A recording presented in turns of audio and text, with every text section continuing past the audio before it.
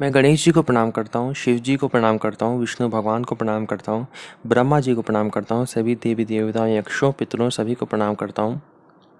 प्रहलाद, नारद, पराशर, पुंडरीक, व्यासाम्बरीश, शुक, शौनक, भीष्म, दाल्यभ्यान, रुक्मांगद, अर्जुन, विभीषण आदीन पुण्यानि मान परम भागवतान स्मरामि। शुरू करते हैं 29वां अध्याय, रासलीला का आरंभ। श्री सुखदेव जी कहते हैं, परीक्षित, शरद ऋतु थी, उसके कारण बेला, चमेली आदि सुगंधित पुष्प खिलकर महक रहे थे। भगवान ने चीरहरण के समय गोपियों को जिन रात्रियों का संकेत किया था, वे सब की सब पूंजीभूत होकर एक ही रात्रि के रूप में उल्लसित हो रही थीं। भगवान ने देखा देख भगवान ने उन्हें देखा, देख कर दिव्य बनाया। गोपियां तो चाहती ही थीं, अब भगवान ने भी अपनी अचिंत्य महाशक्ति योग माया के सहारे उन्हें निमित्त बनाकर रसमयी रास क्रीड़ा करने का संकल्प किया। अमना होने पर भी उन्होंने अपने प्रेमियों की इच्छा पूर्ण करने के लिए मन स्वीकार किया। भगवान के संकल्प करते ही चंद्रदेव ने प्राची दिशा के मुखमंडल पर अपने शीतल किरण रूपी करकमलों से लालिमा की रोली केसर मल दी, जैसे बहुत दिनों के बाद अपनी प्राण प्रिया पत्नी के पास आकर उसके प्रियतम पति ने उसे आनंदित करने के लिए ऐसा किया हो। इस प्रकार चंद्रदेव ने उदय होकर न केवल पूर्व दिशा का, प्रत्युत संसार के समस्त चर अचर प्राणियों का संताप, जो दिन में शरतकालीन प्रखर सूर्य रश्मियों के कारण बढ़ गया था, दूर कर दिया।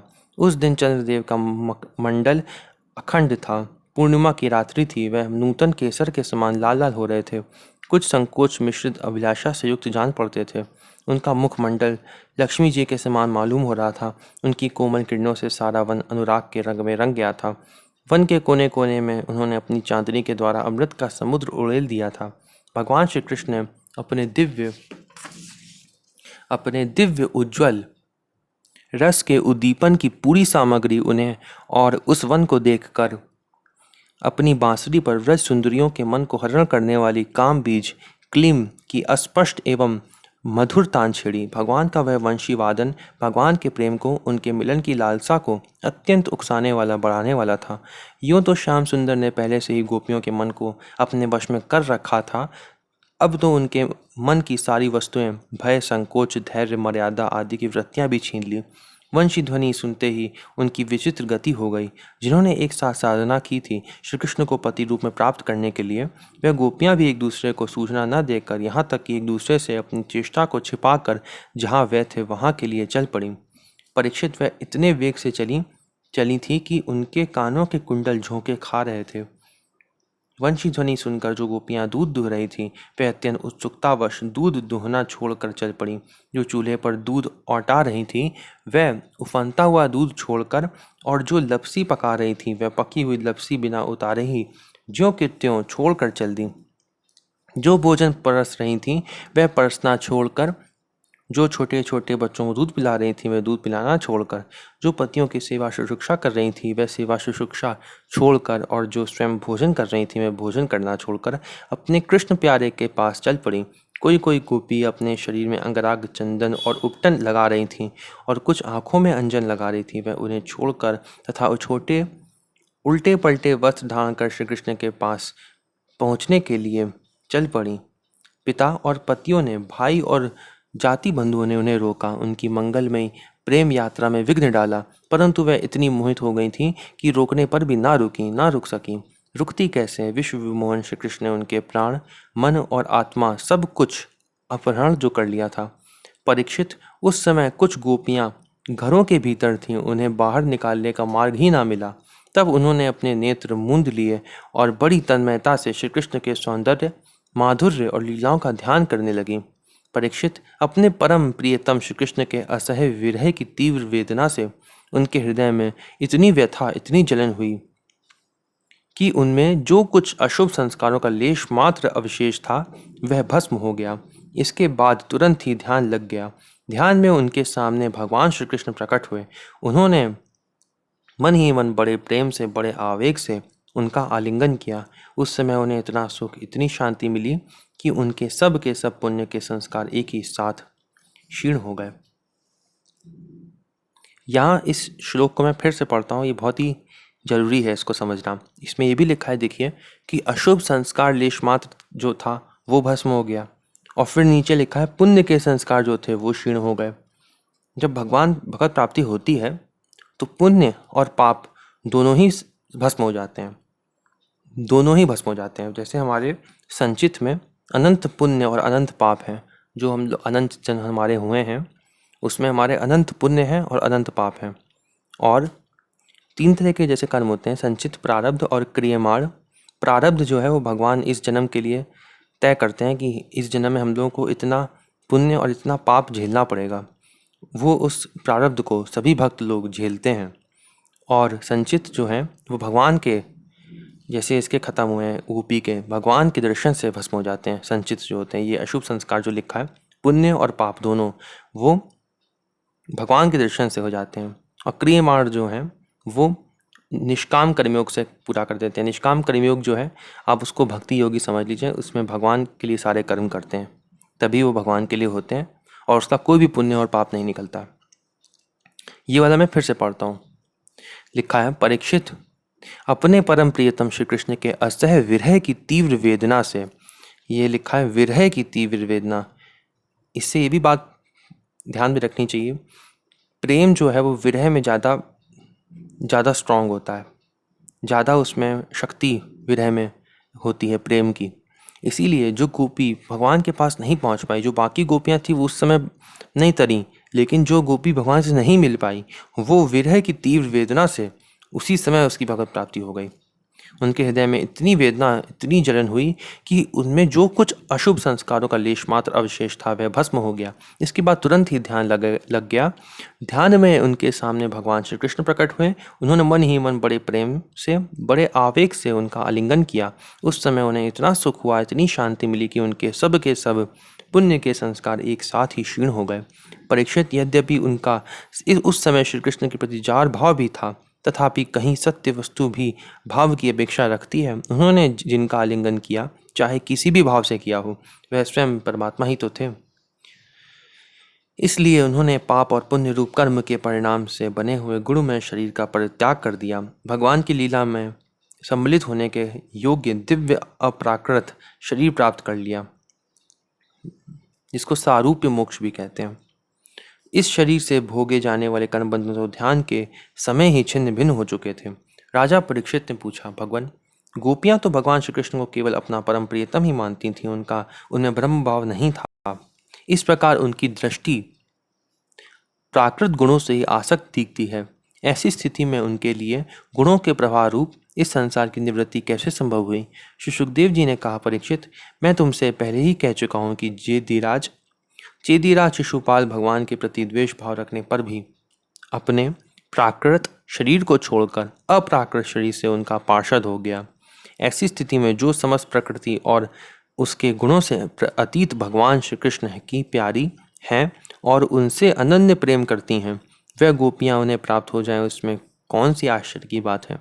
परीक्षित, वास्तव में तो भगवान प्रकृति संबंधी वृद्धि, विनाश, प्रमाण, प्रमेय और गुण गुणी भाव से रहित है। वह अचिंत्य, अनंत, अप्राकृत, परम कल्याण स्वरूप गुणों के एकमात्र आश्रय हैं। उन्होंने यह जो अपने को तथा अपनी लीला को प्रकट किया है, उसका प्रयोजन केवल इतना ही है कि जीव उसके सहारे अपना परम कल्याण संपादन कर ले। भगवान के अवतार कारण बताया कि जीव उसके सहारे अपना परम कल्याण संपादन कर ले, इसलिए लिया। इसलिए भगवान से केवल संबंध हो जाना चाहिए। वह संबंध चाहे जैसा हो, काम का हो, क्रोध का हो या भय का हो, स्नेह, नातेदारी या सौहार्द का हो, चाहे जिस भाव में भगवान में नित्य निरंतर अपनी वृत्तियां जोड़ दी जाएं, वह भगवान से ही जुड़ती हैं। इसलिए वृत्तियां भगवान में हो जाती हैं और उस जीव को भगवान की ही प्राप्ति होती है। परीक्षित, तुम्हारे जैसे परम भागवत भगवान का रहस्य जानने वाले भक्त को श्री कृष्ण के संबंध में ऐसा संदेह नहीं करना चाहिए। योगीश्वरों के भी ईश्वर अजन्मा भगवान के लिए भी यह कोई आश्चर्य की बात है? अरे, उनके संकल्प मात्र से, मोहे के इशारे से सारे जगत का परम कल्याण हो सकता है। जब भगवान श्री कृष्ण ने देखा कि व्रज की अनुपम विभूतियां गोपियां मेरे बिल्कुल पास आ गई हैं, तब उन्होंने अपने विनोद भरी वाक चातुरी से उन्हें मोहित कराते हुए कहा, क्यों ना हो, भूत भविष्य और वर्तमान काल के जितने वक्ता हैं उनमें वह भी तो सर्वश्रेष्ठ है, वही तो सर्वश्रेष्ठ है। भगवान श्री कृष्ण ने कहा, महाभाग्यवती गोपियों, तुम्हारा स्वागत है। बतलाओ, तुम्हें प्रसन्न करने के लिए मैं कौन सा काम करूं? ब्रज में तो सब कुशल है, मंगल है ना? कहो, इस समय यहाँ आने की क्या आवश्यकता पड़ गई? सुंदरी गोपियों, रात का समय है, वह स्वयं भी बड़ा भयावना होता है और इसमें बड़े बड़े भयावने जीव जंतु इधर उधर घूमते रहते हैं। अतः तुम सब तुरंत व्रज में लौट जाओ। रात के समय घोर जंगल में स्त्रियों को नहीं रुकना चाहिए। तुम्हें ना देखकर तुम्हारे माँ बाप, पति, पुत्र और भाई बंधु ढूंढ रहे होंगे। उन्हें भय में न डालो। तुम लोगों ने रंग बिरंगे पुष्पों से लदे हुए इस वन की शोभा को देखा। पूर्ण चंद्रमा की कोमल रश्मियों से यह रंगा हुआ है, मानो उन्होंने अपने हाथों से चित्रकारी की हो। और यमुना जी के जल का स्पर्श करके बहने वाले शीतल समीर की मंद मंद गति से हिलते हुए ये वृक्षों के पत्ते तो इस वन की शोभा को और भी बढ़ा रहे हैं। परंतु अब तो तुम लोगों ने यह सब कुछ देख लिया। अब देर मत करो, शीघ्र ही से शी में लौट जाओ। तुम लोग कुलीन स्त्री हो और स्वयं भी सती हो। जाओ, अपने पतियों की और सतियों की सेवा शुश्रूषा करो। देखो, तुम्हारे घर के नन्हे नन्हे बच्चे और गौओं के बछड़े रो रहा रहे हैं। उन्हें दूध पिलाओ, गौएं दूहो। अथवा यदि मेरे प्रेम से परवश होकर तुम लोग यहाँ आई हो तो इसमें कोई अनुचित बात नहीं हुई। यह तो तुम्हारे योग्य ही है, क्योंकि जगत के पशु पक्षी तक मुझसे प्रेम करते हैं। यहाँ पे लिखा है जगत के पशु पक्षी तक मुझसे प्रेम करते हैं, भगवान कह रहे हैं। ऐसा कैसे हो सकता है, आप सोचेंगे। भगवान के से कैसे प्रेम कर सकते हैं? जगत के जितने भी जगत के पशु पक्षी तक हैं वो भी भगवान से प्रेम करते हैं। भगवान ने ऐसा कहा। जैसे रामचरितमानस में लिखा है, चराचर जीव कोई, क्योंकि जितने भी हैं वो सभी आनंद चाहते हैं। जितने भी हैं वो सभी एक ऐसा सुख चाहते हैं, छांदोग्य उपनिषद में बताया, ऐसा सुख चाहते हैं वो जितने भी हैं, जो अनंत मात्रा का हो और अनंत काल तक रहे। ये दो गुण हैं आनंद के, दो गुण बताए गए। पहला अनंत मात्रा का हो और दूसरा जो अनंत काल तक रहे। ऐसा सुख जितने भी जीव हैं संसार में, पशु पक्षी से लेकर चराचर जीव, कोई रामचरितमानस में लिखा है, वो सभी ऐसा ही सुख चाहते हैं। और ऐसा कोई नहीं कह सकता कि मैं दुख चाहता हूँ। ऐसा संसार में कोई नहीं कह सकता। सभी सुख चाहते हैं और सभी आनंद चाहते हैं। और वही सुख आनंद वो है श्री कृष्ण, वही ब्रह्म है। आनंदो ब्रह्म, ठीक है, ऐसा वेद कहते हैं, उपनिषद कहते हैं। इसलिए भगवान ने देखो ऐसा कहा भी है, जगत के पशु पक्षी तक मुझसे प्रेम करते हैं। ऐसा भगवान ने कैसे कहा? ये इस बात से सिद्ध होता है। ठीक, आगे पढ़ते हैं। फिर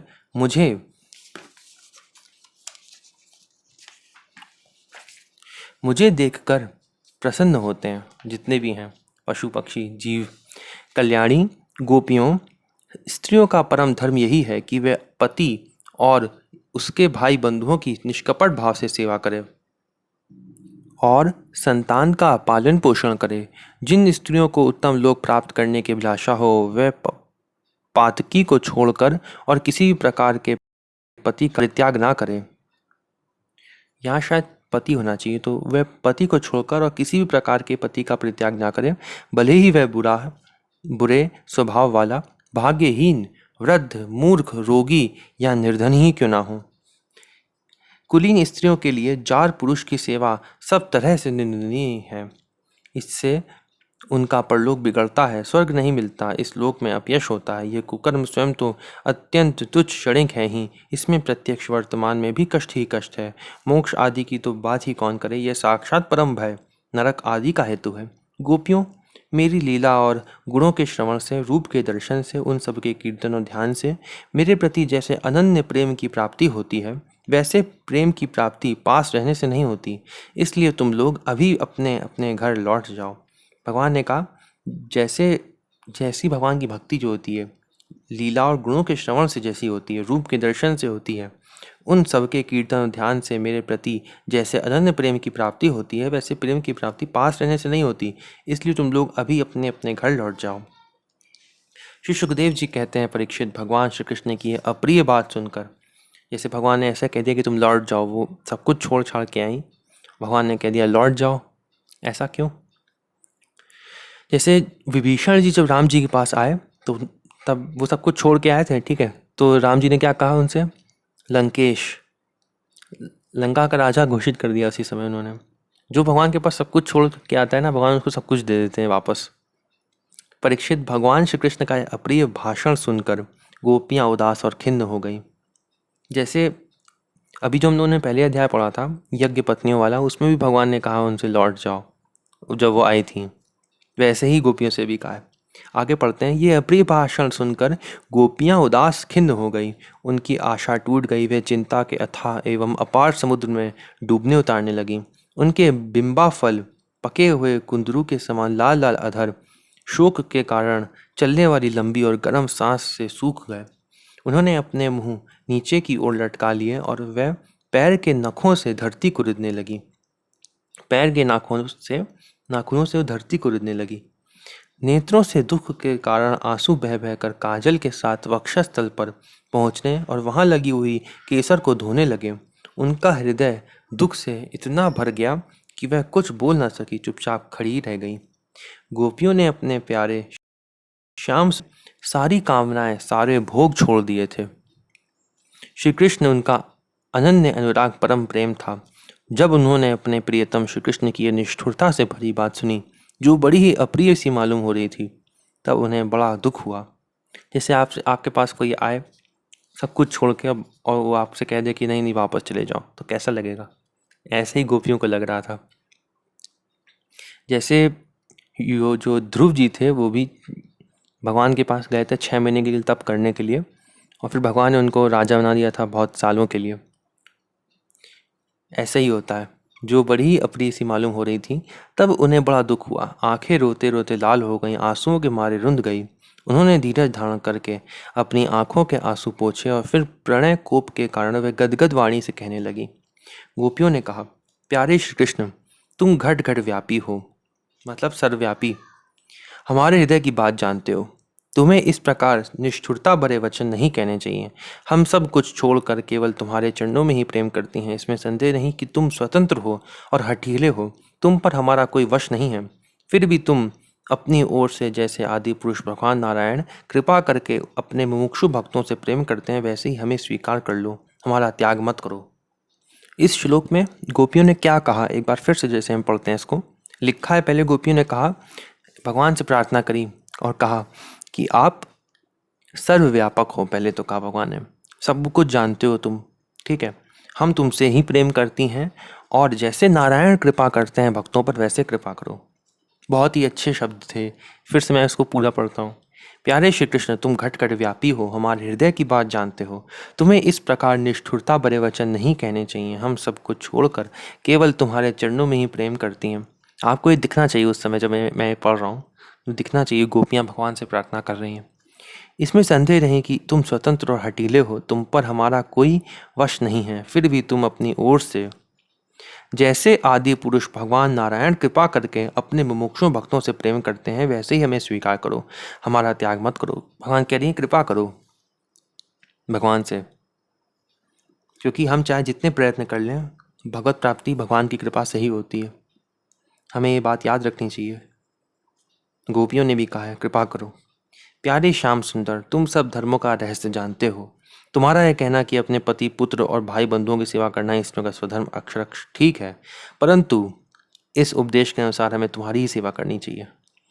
जैसे इसमें कहा, भगवान ने कहा ना पहले तो कि अपने पति, पुत्र और भाई बंधुओं की सेवा करो, लेकिन असल में पति, पुत्र और भाई जो हैं तो स्वयं भगवान नारायण ही हैं। बाकी पति पुत्र जो हैं वो तो सिर्फ हर जन्म में बदलते रहते हैं। वो असली पति पुत्र हमारा नहीं है, वो सिर्फ शरीर के पति पुत्र और भाई बंधु, वो सब सिर्फ शरीर के नाते हैं।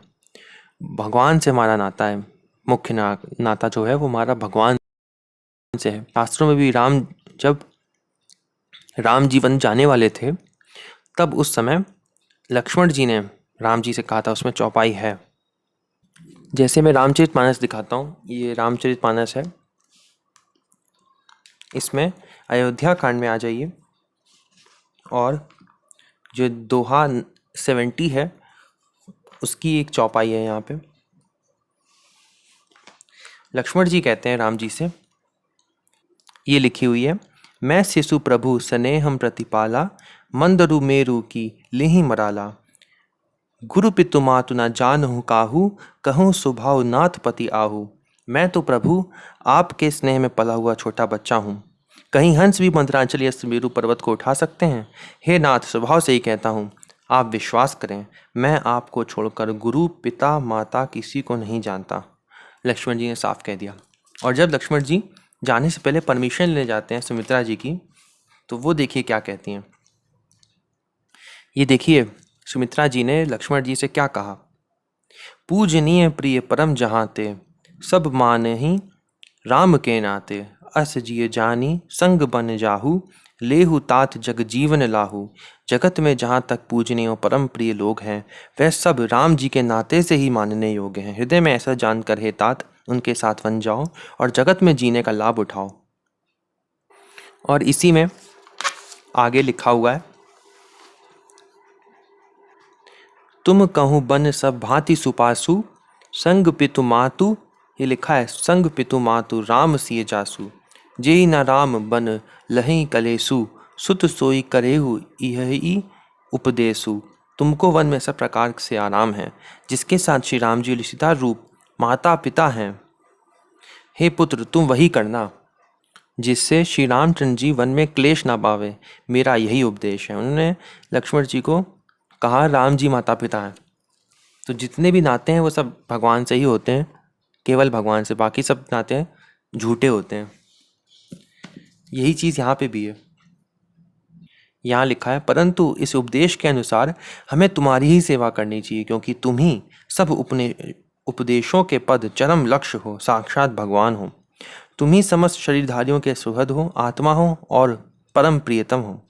आत्मज्ञान में निपुण महापुरुष तुमसे ही प्रेम करते हैं, क्योंकि तुम नित्य प्रिय एवं अपने ही आत्मा हो। नित्य प्रिय लिखा है, केवल भगवान से ही प्रेम करते हैं। जितने भी संसार में जीव हैं वो सिर्फ भगवान से ही केवल प्रेम करते हैं और किसी भी वस्तु से नहीं करते।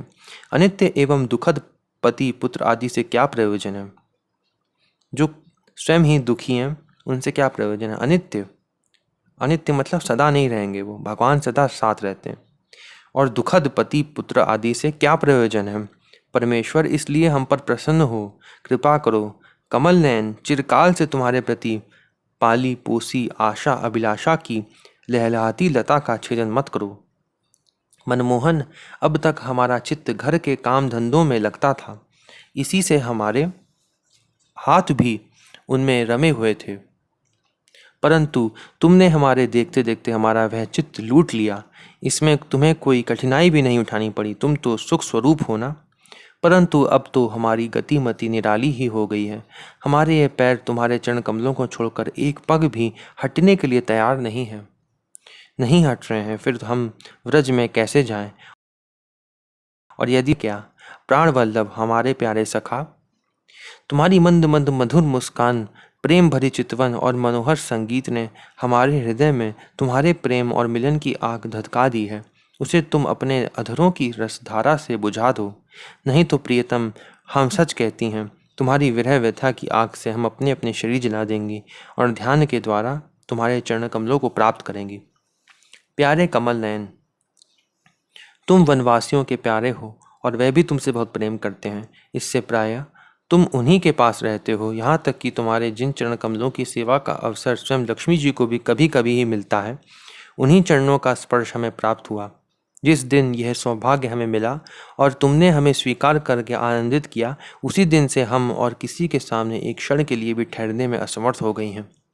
पति पुत्रादिकों की सेवा तो दूर रही, हमारे स्वामी जिन लक्ष्मी जी का कृपा कटाक्ष प्राप्त करने के लिए बड़े बड़े देवता तपस्या करते रहते हैं, वही लक्ष्मी जी तुम्हारे वक्षस्थल में बिना किसी प्रतिद्वंद्विता के साथ स्थान प्राप्त कर लेने पर भी अपनी सौ तुलसी के साथ तुम्हारे चरणों की रज पाने की अभिलाषा किया करती है।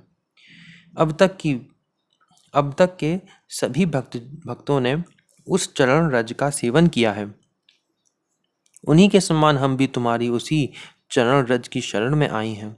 भगवान, अब तक जिसने भी तुम्हारे चरणों की शरण ली, उसके सारे कष्ट तुमने मिटा दिए। अब तुम हम पर कृपा करो। ये देखिए गोपियों ने कितनी बार कहा है कृपा करो, यहाँ पे भी कहा। ये तीसरी बार यहाँ पे कहा है कृपा करो। एक बार यहाँ पहले कहा था नारायण, भगवान नारायण कृपा करके, फिर यहाँ पे भी कहा कृपा करो और फिर यहाँ पे भी कहा कृपा करो। हमें भी अपने प्रसाद का भाजन बनाओ। हम तुम्हारी सेवा करने की आशा अभिलाषा से घर, गांव, कुटुंब सब कुछ छोड़कर तुम्हारे युगल चरणों की शरण में आई हैं। प्रियतम, वहाँ तो तुम्हारी आराधना के लिए अवकाश ही नहीं है। पुरुष भूषण पुरुषोत्तम, तुम्हारी मधुर मुस्कान और चारु चितवन ने हमारे हृदय में प्रेम की मिलन की आकांक्षा की आग धधका दी है। हमारा रोम रोम उससे जल रहा है। तुम हमें अपने तुम हमें अपनी दासी के रूप में स्वीकार कर लो। हमें अपनी सेवा का अवसर दो। प्रियतम, तुम्हारा सुंदर मुख कमल जिस पर घुंघराली अलकें झलक रही हैं, तुम्हारे कमनीय कपोल जिन पर सुंदर सुंदर कुंडल अपना अनंत सौंदर्य बिखेर रहे हैं, तुम्हारे ये मधुर अधर जिनकी सुधा सुधा को भी लजाने वाली है, तुम्हारी ये नयन मनोहरी चितवन जो मंद मंद मुस्कान से उल्लसित हो रही है, तुम्हारी ये दोनों भुजाएं जो शरणागतों को अभय दान देने में अत्यंत उदार हैं, और तुम्हारा ये वक्षस्थल जो लक्ष्मी जी का सौंदर्य की एकमात्र देवी का नित्य क्रीड़ा स्थल है, देख कर हम सब तुम्हारी दासी हो गई हैं। प्यारे श्याम सुंदर, तीनों लोकों में भी और ऐसी कौन सी स्त्री है जो मधुर मधुर पद और आरोह अवरोह क्रम से विविध प्रकार की मूर्छनाओं से युक्त तुम्हारी वंशी की तान सुनकर तथा इस त्रिलोकी सुंदर मोहिनी मूर्ति को जो अपने एक बूंद सौंदर्य से त्रिलोकी को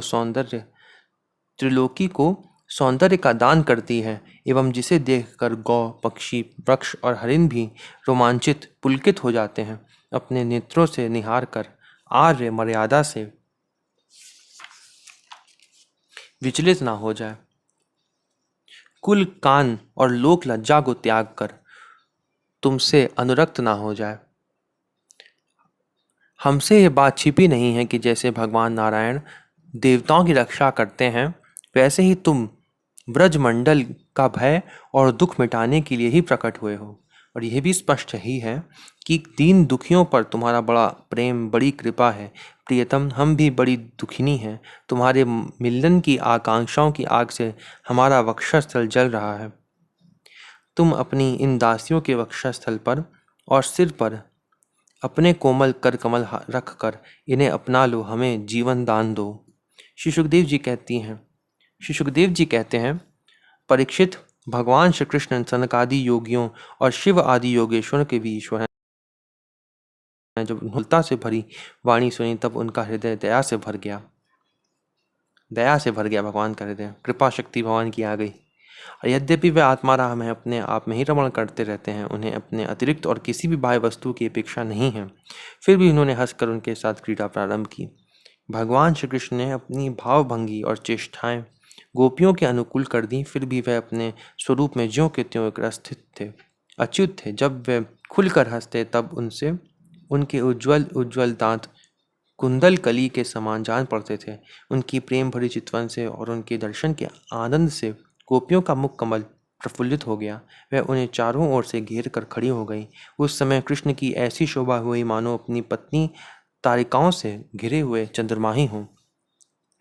गोपियों के शत शत यूथों के स्वामी भगवान श्री कृष्ण वैजंती माला पहने वृंदावन को शोभायमान करते हुए विचरण करने लगे। कभी गोपियां अपने प्रियतम श्री कृष्ण के गुण और लीलाओं का गान करती, तो कभी श्री कृष्ण गोपियों के प्रेम और सौंदर्य के गीत गाने लगते। इसके बाद भगवान श्री कृष्ण ने गोपियों के साथ यमुना जी के पावन पुलिन पर, जो कपूर के समान चमकीली बालू से जगमगा रहा था, पदार्पण किया। वह यमुना जी की तरल तरंगों के स्पर्श से शीतल और कुमुदिनी की सहज सुगंध से सुवासित वायु के द्वारा सेवित हो रहा था। उस आनंदप्रद पुलिन पर भगवान ने गोपियों के साथ क्रीड़ा की। हाथ फैलाना, आलिंगन करना, गोपियों के हाथ दबाना, उनकी चोटी, जांघ, नीवी और स्तन आदि का स्पर्श करना, विनोद करना, नख शर्त करना, विनोदपूर्ण चितवन से देखना और मुस्काना, इन क्रियाओं के द्वारा गोपियों के दिव्य काम रस को, परमोज्वल प्रेम भाव को उत्तेजित करते हुए भगवान श्री कृष्ण उन्हें क्रीड़ा द्वारा आनंदित करने लगे। उधर शिरोमणि सर्वव्यापक भगवान श्री कृष्ण ने जब इस प्रकार गोपियों का सम्मान किया, तब गोपियों के मन में ऐसा भाव आया कि संसार की समस्त स्त्रियों में हम ही सर्वश्रेष्ठ हैं, हमारे समान और कोई नहीं है। वह कुछ मानवती हो गई।